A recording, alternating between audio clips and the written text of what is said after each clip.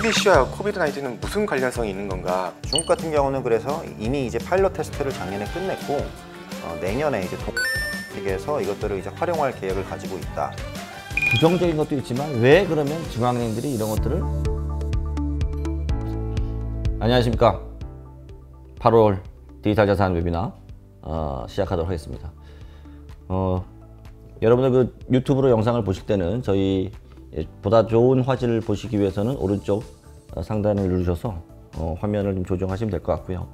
오늘도 여전히 저희 아래쪽에 디지털 자산 8월 웨비나 자료를 저희들이 업로드를 해놨습니다.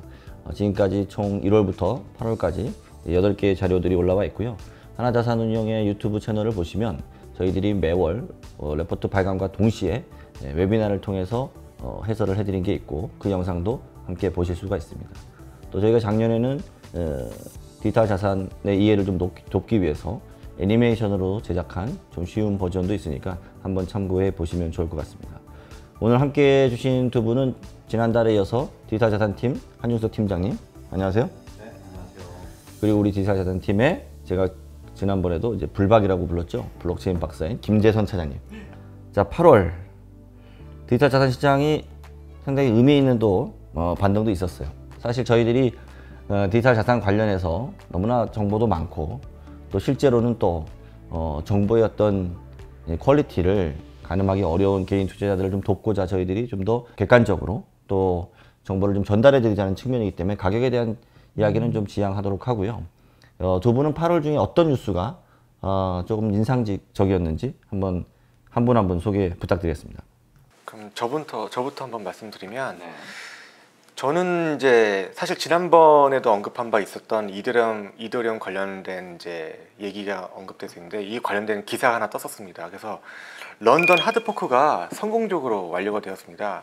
그래서 이 내용을 여러 가지 있겠지만 가장 중요한 내용이 사용자가 이제 그 사용 수수료로서 지급되었던 이더리움이 일부가 소각이 발생되었습니다. 그래서 이것이 실제로 이제 벌어지고 있는 거죠. 그래서 지금 8월 23일 기준으로 약 7만 5천 이더 정도가 소각되었다고 합니다. 그래서 이것 때문에 현재 이더리움 가격이 좀 조정되지 않았나 이제 예상은 되고 있는데 어쨌든 이것이 성공적으로 진행되었던 점이 가장 큰 이제 기사라고 생각되어집니다. 사실 어떻게 보면 이번에 그런 부분에 있어서 하드포크 이후에 어떻게 보면 무상 감자와 같은 형태로 지금 유통량이 줄어드는 거잖아요. 네. 소각되는 부분들이 사실은 제대로 지금 이행이 되고 향후에도 계속적으로 지속적으로 이렇게 좀 소각이 될 거지 않습니까? 그런 측면에서 우리가 지난달에 이더리움 관련해서도 좀 얘기를 나눠봤지만 실제로 시장에서도 좀 긍정적으로 보고 있는 것 같습니다. 우리 중섭 팀장님은 어떤 부분에서 좀 8월에 인상적인 뉴스라고 생각하시는지요? 저는 이제 우리가 이따가도 좀 다룰 주제지만 이제 페이스북 같은 경우 리브라라는 이제 디지털 화폐 프로젝트를 2019년에 사실은 백서를 올리고 발표를 하지 않았습니까? 그렇죠. 그래서 되게 많은 주목을 끌었었는데 사실은 좀 조용했어요. 되게 이제 조용했고 반면에 이제 페이팔이라든지 스퀘어, 뭐 비자 이런 이제 결제 회사들이 상당히 이제 광폭 행보를 보이고 있는 반면에 페이스북은 조용했단 말이에요.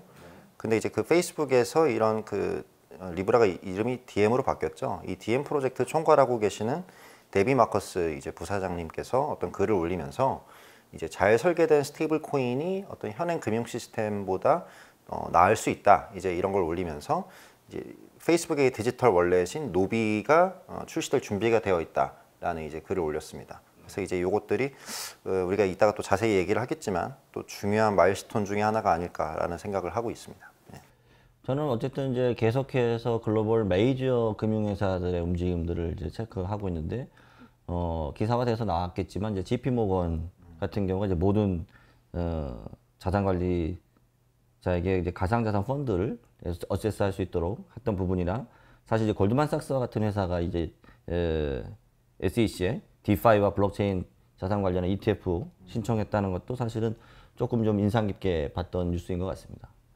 그리고 제가 지난 주말에 좀 봤는데 아크 인베스트먼트에서 일부 좀 비트코인을 비중을 좀 줄였다는 기사도 있어서 계속적으로 사실은 수급적인 측면이나 혹은 뭐 이더리움 2.0 관련해서 런던 하드포크 이후의 움직임 그리고 최근에 어떻게 보면 테이퍼링 관련한 연준의 어떤 언급들이 있으면서 사실상 또 인플레이션에 대한 해치 자산으로서의 다시 디지털 자산이 부각되고 있는 것이 아닌가 뭐 여러 가지 이제 해석들이 있는데 오늘은 그런 디지털 자산들에 대한 얘기보다는 또 하나의 큰 축이라고 할 수 있는 그 디지털 화폐, 센트럴 뱅크 디지털 커런시라고 하는 CBDC에 대해서 우리가 좀 집중적으로 알아볼 생각을 가지고 있잖아요. CBDC는 뭡니까? CBDC는 이제 뭐 광범위하게 얘기하자면 결국에 이제 국가 중앙은행이 이제 발행한 디지털 화폐를 뜻하는데요. 이제 요것들의 구현 방식이라든지 어떤 뭐 이용 목적이 좀 다릅니다. 이제 뭐 이거에 대해서는 이제 다른 장표에서 좀 자세히 설명을 드릴 텐데 지금 오늘날 이제 각 주요국에서 CBDC 관련돼서 이제 어떤 프로젝트를 진행을 하고 있고 어디까지 왔는지에 대한 좀 이해를 할 필요가 있을 것 같아요. 그래서 이제 해당 장표를 좀 보시면 장표는 우리가 6페이지죠, 그죠? 예, 6페이지 장표를 보시면은 이제 웬만한 주요국들 사실 다 연구개발 단계다라고 보시면 되고요. 근데 이제 이 중에서도 좀 돋보이는 것이 이제 중국 같은 경우는 사실은 가장 빨랐습니다. 2014년부터 중앙은행에서 이런 디지털 화폐라든지 블록체인 관련된 이제 팀을 신설을 하고 관련된 연구 개발을 쭉 지속을 했어요. 근데 지속을 하다가 이제 2019년에 페이스북이 이제 리브라라는 걸 이제 하겠다라고 이제 어나운스를 하니까 이제 각국 중앙은행들이 이제 되게 이 관련된 연구 개발을 하는 것이 가속화됐습니다. 중국도 이제 마찬가지였고요. 중국 같은 경우는 그래서 이미 이제 파일럿 테스트를 작년에 끝냈고 내년에 이제 동계올림픽에서 이것들을 이제 활용할 계획을 가지고 있다라고 이제 보여지고 가장 이제 모든 주요국 중에서 가장 이제 진도가 빠른 그런 국가라고 보여지고 이제 뭐 한국을 비롯한 뭐 미국, 일본, 유로 이제 이런 국가들 같은 경우는 아직까지는 이제 좀 신중하게 검토를 하면서 연구 개발을 하고 있는 단계다라고 좀 보여집니다. 그래서 지금 이제 트렌드가 각 주요국들이 모두 이제 자기네들이 중앙은행이 발행하고 있는 법정화폐를 이제 디지털화해서 디지털화폐하겠다라는 이제 흐름을 보이고 있는데 아주 일부의 경우에는 예컨대 이제 중미에 있는 엘살바도르 같은 경우는 자체 화폐를 만들기보다는 아예 이제 기존에 있는 비트코인을 법정화폐로 우리가 채택을 하겠다라는 이제 움직임도 보이고 있는 것이 조금은 특이한 행보라고 생각을 하고 있습니다. 네. 그럼 이제 불박이 좀 더 기술적인 얘기를 좀 해주면 좋잖아요. 그 CBDC의 개념 그리고 이 BIS 머니 플로우에 대한 설명은 우리 중세 팀장님이 해주실 건가요? 네, 그래서 이제 CBDC 같은 경우는 이용 목적과 그리고 이제 구현 방식에 따라서 달라지는데요. 일단 이용 목적 같은 경우는 이제 거액 결제에 쓰이는 경우가 있고 또 소액 결제에 쓰이는 경우가 있습니다. 또 이제 구현 방식 같은 경우는 이제 단일 원장에 기반해서 이제 쓰이는 방법과 분산 원장에 기반해서 쓰이는 방법 그리고 또 분산 원장 중에서도 이게 비허가형, 무허가형 블록체인에 기반한 방법과 또 허가형 블록체인에 기반한 방법이 있다. 그래서 이제 되게 좀 다양한 그런 지금 정의를 내포하고 있는데 사실은 이제 CBDC라는 이 고민이 어떻게 좀 태동이 됐는지 이게 기존의 비트코인이나 이더리움 비롯한 가상자산과는 어떻게 다른지에 대해서는 우리 김재선 차장님께서 좀 코멘트를 해주시면 좋을 것 같아요. 이제 그 화면 보시면 장표에서 오른쪽 아래에 그래프가 비트코인 가격 변화를 이제 보여주고 있습니다.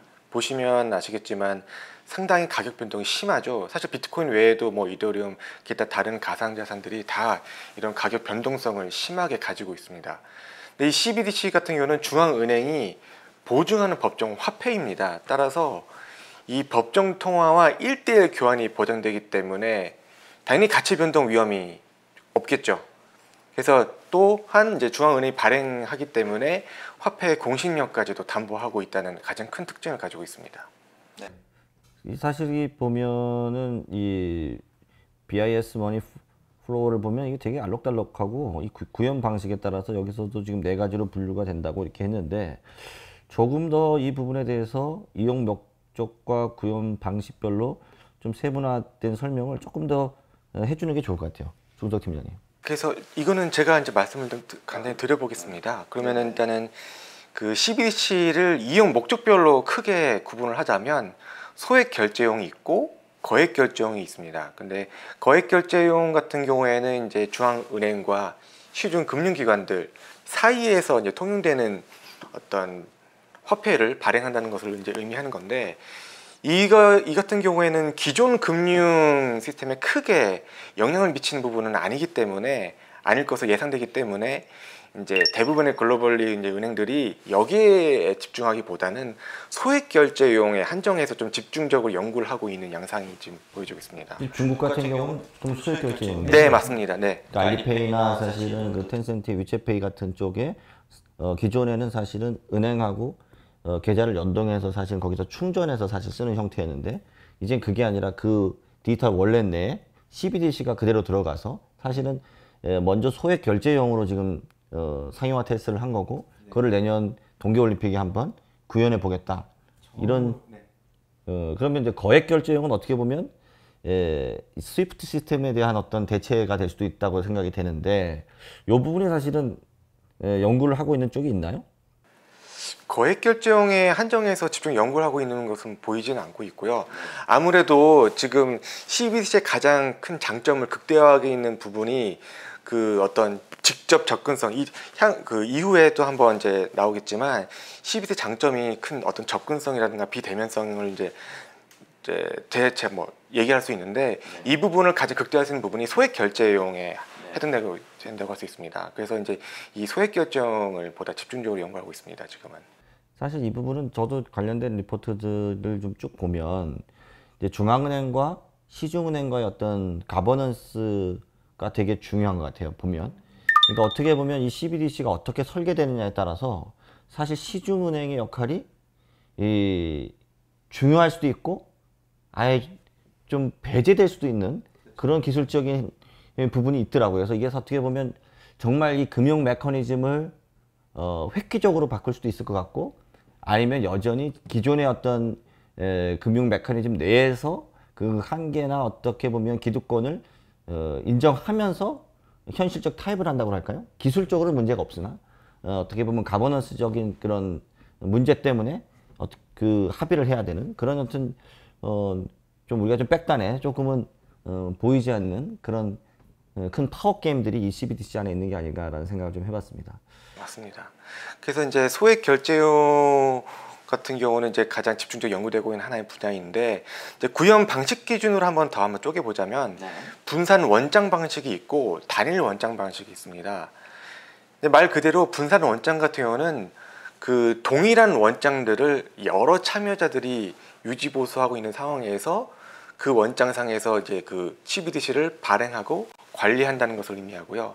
단일 원장은 하나의 그 개인이, 그러니까 개인 뭐 기관이 하나의 원장상에서 CBDC를 발행하고 관리한다는 것을 의미합니다. 그래서 엄밀히 말하면 분산 원장 같은 경우는 블록체인 기술이 적용됐다라고 보시는 게 좀 더 이해하기도 편하실 것 같고요. 그래서 이 분산 원장 방식은 이제 허가형, 비허가형으로 쪼개질 수 있는데 허가형은 이제 특정 참가자, 즉 허가를 받은 참여자들만이 원장을 유지할 수 있는 것인 거고 비허가형은 누구나 이제 원장들을 유지할 수 있다는 것을 의미합니다. 그래서 대표적으로 뭐 비트코인이나 이더리움 이런 것이 비허가형 블록체인이라고 볼 수가 있습니다. 사실 이제 국가 입장에서는 이제 비허가형 블록체인 같은 경우는 이제 관리 감독하기가 어렵잖아요. 그렇기 때문에 이제 대부분 현재 연구 방향성은 이제 허가형 블록체인에 기반한 그런 디지털 화폐에 많은 초점이 맞춰져 있는 것 같고요.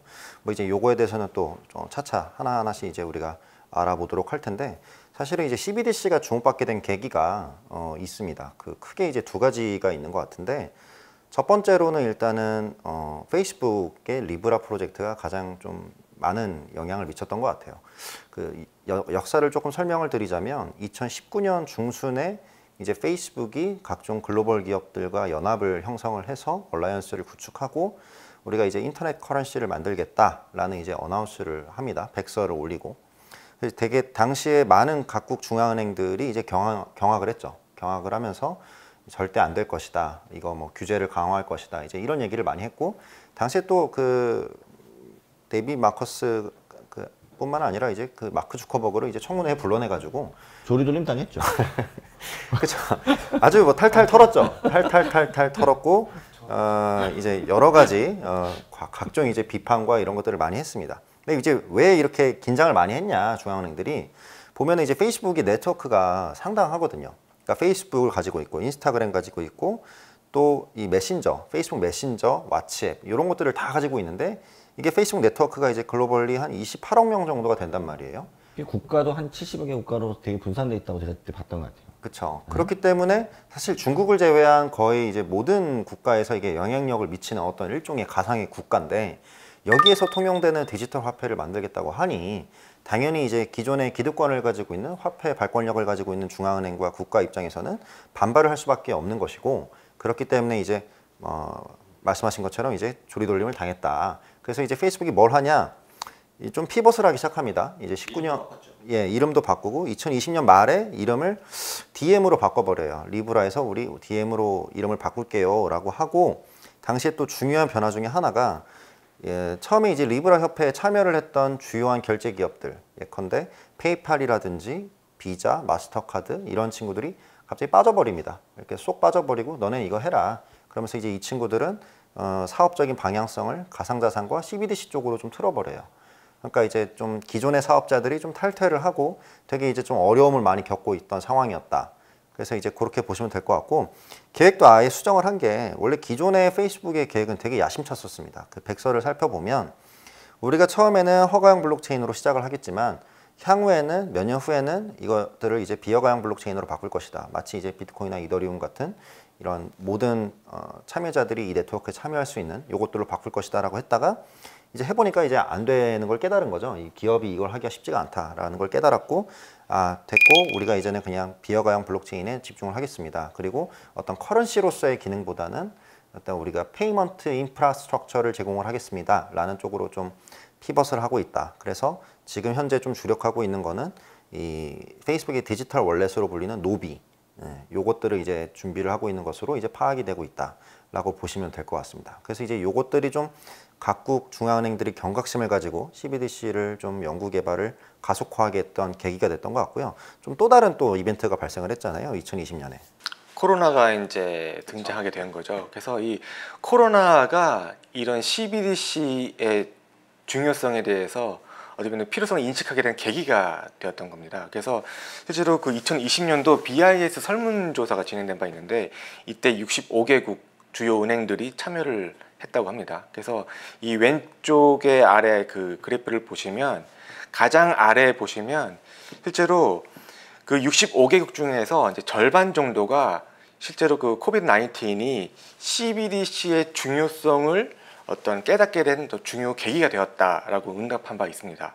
그렇다면 이제 은행들이 왜 CBDC와 코비드 19는 무슨 관련성이 있는 건가? 과연 CBDC 그 코로나 상황에서는 CBDC가 어떠한 역할을 할 수 있는지 그 장점이 무엇인지 어떤 그 중요 어떤 지점을 살펴보자면 중앙 은행들은 이런 CBDC의 높은 접근성 그리고 비대면성에 주목했다고 합니다. 그래서 오른쪽 아래 이제 그래프를 보시면 가장 상단에 보시면 이 CBDC의 가장 큰 장점으로서 높은 접근성이란 것은 이제 중앙은행이 일반 개인들에게 직접 발행을 하지 않습니까? 즉 직접 발행하기 때문에 높은 접근성을 가지고 있고 역시 비대면성 특히 코로나 상황에서는 이 대면 어떤성 부분이 가장 위험도가 있기 때문에 비대면 상황에서 직접 발행할 수 있다. 이 두 가지 가장 주목받은 장점이 되겠습니다. 그러면은 사실 CBDC는 현금과 동일한 시스템으로 운영되나요? 조금 차이가 있을 것 같은데요. 예, 좀 차이가 있는데 일단 CBDC 같은 경우는 직접 운영 방식과 간접 운영 방식으로 구분을 할 수 있습니다. 직접 운영 방식 같은 경우는 우리 이제 사용자가 중앙은행 계좌를 가지고 있는 것이죠. 그러니까 이제 현재 우리가 사용하고 있는 시스템은 우리가 은행 계좌를 가지고 또 그 간접적으로 이제 그 중앙은행이 그 시중은행을 통해서 이제 통화 정책이라든지 이것들을 관리를 하는 건데 이걸 직접 그냥 중앙은행이 다 해버리는 것. 이게 이제 직접 운영 방식이 될 수 있고 간접 운영 방식 같은 경우는 사실 기존의 어떤 은행과 같은 금융기관이나 아니면 다른 이제 핀테크 서비스 사업자들을 통해서 이 현금을 이제 유통시키고 관리 감독하는 이런 시스템인데 사실 직접 운영을 하게 되면은 기존 금융 생태계에 상당히 많은 영향을 미칠 수가 있습니다. 특히 이제 기존의 그 은행들에 이제 상당한 영향을 미칠 수 있기 때문에 이거를 좀 적극적으로 검토하고 있는 것 같지는 않고요. 주요국들이 이 간접 운영 방식, 다른 이제 사업자를 통해서 간접적으로 관리 감독하는 방식을 좀 우선적으로 검토하고 있는 양상이다라고 이해를 해주시면 좋을 것 같습니다. 사실 중앙은행이라는 측면에서 보면 이 화폐의 발권력도 갖고 있지만 이 화폐의 어떻게 보면 이제 수급 그리고 거기 이제 금리 결정 뭐 이런 것들을 통해서 시장의 어떤 인플레이션이나 통화 승수 효과 등을 이제 관리할 수가 있었어요. 근데 사실 이들이 가장 원했던 거는 내가 찍어내는 화폐가 실제로 어떻게 유통이 되고 있는지 그 흐름을 보고 싶었는데 사실 기술적으로 불가능했어요. 그래서 중간에 은행이라는 기관을 통해서 지급 준비율을 통해서 관리를 좀 하고 그 은행들이 사실은 저축과 대출을 통해서 계속해서 이제 승수 효과를 높였었는데 그럼에도 불구하고 그거를 다 들여다볼 수가 없었거든. 근데 이 CBDC는 이제 다 들여다볼 수가 있습니다. 이게 빅브라더가 생기는 거예요. 그래서 사실은 이 CBDC가 코로나19 이후에 훨씬 더 중앙은행 입장에서는 이것에 대해서 사실 주목하지 않았던 것이 아니라 크게 보면 민간에서 페이스북이 다국적으로 한번 이 CBDC를 CBDC는 아니지만 다국적으로 어떻게 보면 스테이블 코인을 만들어내려고 했었기 때문에 큰 공포심이나 우려심이 생겼던 거고, 두 번째로는 이제 중국이라는 이 국가가 중심으로 되는 전체주의 국가에서 이것을 기술적으로 드라이브를 걸면서 너무나 성큼 앞으로 가버렸고, 그리고 나서 사실 이제 코로나19라는 이런 상황까지 겹치면서 어떻게 보면 이제 CBDC 논의가 활성화된 것 같은데, 자, 긍정적인 기대 효과들부터 먼저 좀 알아봤으면 좋겠어요. 제 생각에는 부정적인 것도 있지만 왜 그러면 중앙은행들이 이런 것들을 상용화하려고 하는지 그 예상되는 효과와 우려를 좀 한번 알아보도록 하죠. 그 CBDC를 통해서 기대할 수 있는 장점입니다. 그 긍정적인 효과는 크게 세 가지가 있는데요. 우선 첫 번째는 지급결제 혁신 및 금융 포용입니다. 아무래도 이제 물리적으로 존재하는 어떤 종이로 되는 어떤 지폐가 아니기 때문에 분실 위험은 줄어들겠습니다. 또 한편으로는 이제 금융 포용적인 측면에서 기존에 은행 계좌를 가지고 있지 않는 금융 소외계층이 있습니다. 이분들 같은 경우에는 이제 꼭 은행들을 통해서만 이제 그런 어떤 현금 서비스를 이용할 수 있는 건데, 이 CBDC를 이용하면은 직접적으로 이제 발행할 수 있다라는 거죠.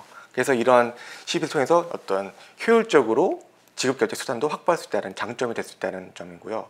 두 번째는 통화 정책의 효율성을 제고할 수가 있습니다.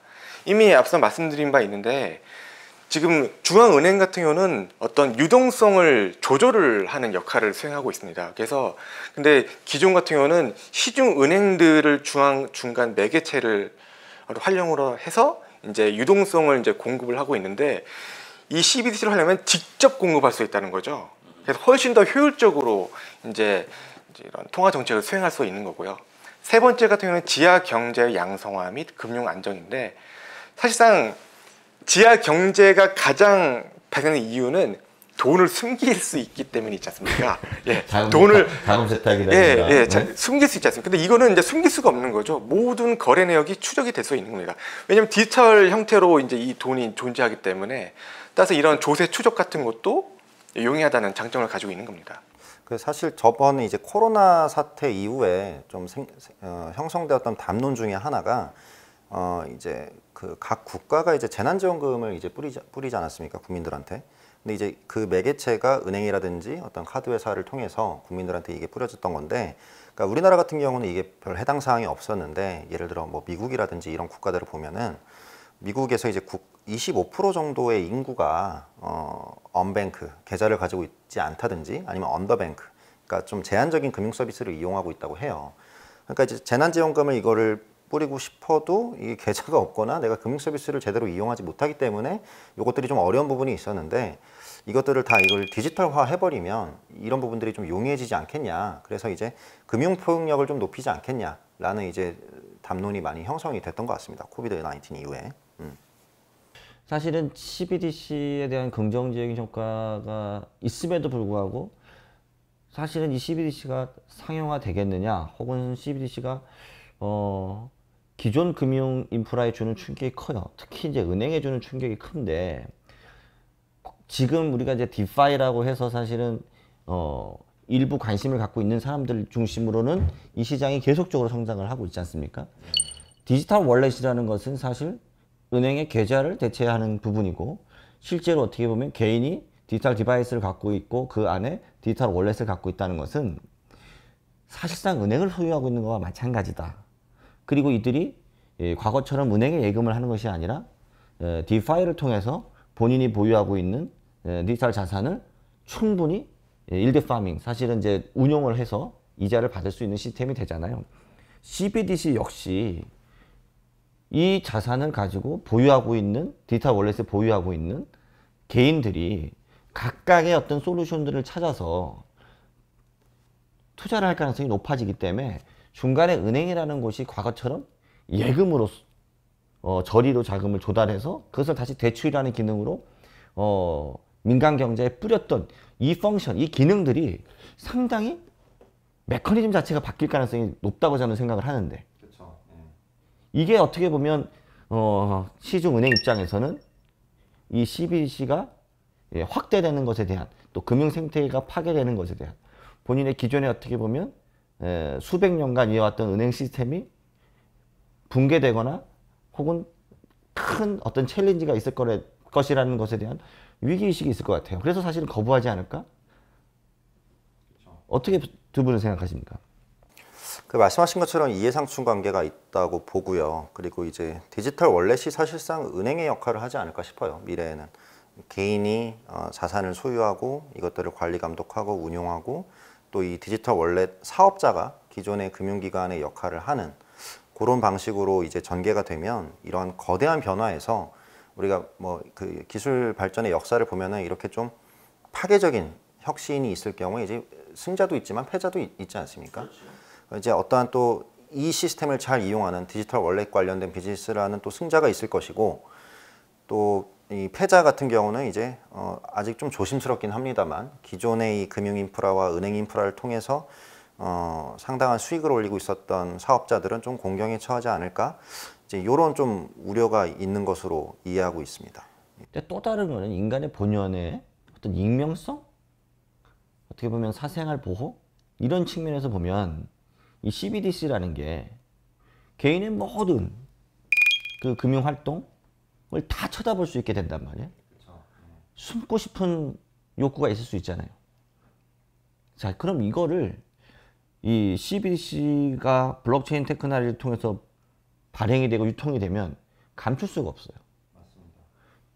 이건 어떻게 보면 통제하고 관리하는 중앙은행 입장에서 보면 매우 유용하고 매우 효율적이지만, 어떻게 보면 인간의 어떤 기본권 측면에서 보면 우리도 뭔가를 감추고 싶고 우리도 노출하고 싶은 것만 노출하고 싶은 그 욕구를 어떻게 합의할 것이냐. 그래서 인간의 그런 감추고 싶은 욕구를 어떻게 서로 간에 합의할 것인가, 이 문제가 있을 것 같거든요. 어떻게 보십니까? 그 프라이버시에 대한 문제가 되게 많이 불거질 것을 실제로 예상을 하고, 그리고 일단은 그 정부 국가가 이것들을 관리 감독하는 것이 어떤 순기능적인 부분도 있지만, 예컨대 불법 자금을 추적한다든지 어떤 뭐 예컨대 이제 안 좋은 목적으로 사용되는 돈들, 요것들을 이제 추적하는 거는 그 순기능이겠지만 또 이제 역기능이 있을 수 있단 말이죠. 특히 이제 중국과 같은 좀 권위주의적인 정부가 집권하고 있는 국가 같은 경우는 이런 시나리오가 너무 쉽게 상상이 되는 거예요. 예를 들어 뭐 신장 위구르 지역에 있는 사람들의 계좌를 동결하는 것이 너무 쉬워지고, 뭐 인권이라든지 뭐 민주화라든지 이제 이런 것들을 많이 검색하거나 관련된 익스포저를 가지고 있는 사람들의 계좌를 추적한다든지, 아니면 뭐 홍콩 지역에서 민주화 운동을 했던 전력이 있는 사람들의 계좌를 차단한다든지, 이제 이런 것들이 너무나 쉬워지면 과연 이제 인권이라는 것이 미래 사회에 존재할 수 있는가라는 이제 좀 그런 우려가 또 존재하는 것이 사실인 것 같습니다. 예. 사실 그렇기 때문에 이런 우려 부분에서 CBDC 발행을 위한 글로벌 거버넌스 혹은 가이드라인, 이런 것들이 반드시 필요하지 않을까 싶어요. 이거 관련해서 조금 뭐 진전되고 있거나 논의되고 있는 부분들이 있으면 좀 소개해 주시겠습니까? 그래서 2020년도 10월에 실제로 이와 관련된 원칙이 담겨져 있는 그 문서가, 보고서가 발견된 바 있습니다. 그래서 그 CBDC 발행 3대 원칙을 담고 있는 이 연구 보고서가 발행된 바 있는데, 첫 번째가 금융 및 통화 안정의 저해 금지입니다. 즉 기존 금융 시스템은 가급적이면 해야 하지 않고 안정적으로 유지를 해야 한다가 첫 번째인 거고, 두 번째는 기존 법정 통화의 공존 및 상호 보완. 즉 CBDC가 기존 법정 통화를 대체하는 것이 아니라 공존해야 한다. 그러면서 상호 보완을 해야만 한다. 상당히 보수적인 거죠. 예, 이런 것이 두 번째 원칙인 거고요. 세 번째는 이제 결제 시스템 혁신과 경쟁력 제고. 역시 CBDC를 통한 어떤 결제 시스템의 이제 혁신을 일으킨다는 이 점은 이제 주목하고 있습니다. 자, 어쨌든 오늘까지는 저희가 CBDC의 이제 첫 번째 이야기로 CBDC가 어떻게 출현하게 됐고 또 CBDC의 어떻게 보면 정의라고 할까? 그리고 CBDC가 어떻게 분류할 수 있는지에 대한 부분 그리고 CBDC가 주는 효과, 기대 효과와 우려사항 그리고 중앙은행들의 어떤 CBDC 발행에 대한 컨센서스나 이 가버넌스에 대한 논문까지는 알아봤고요. 다음 주에는 저희가 이제 글로벌 주요국의 CBDC 도입 동향과 CBDC가 변화시킬 미래에 대한 주제를 가지고 한 번 더 심층적으로 논의하도록 하겠습니다. 그럼 다음 주에도 기대해 주십시오.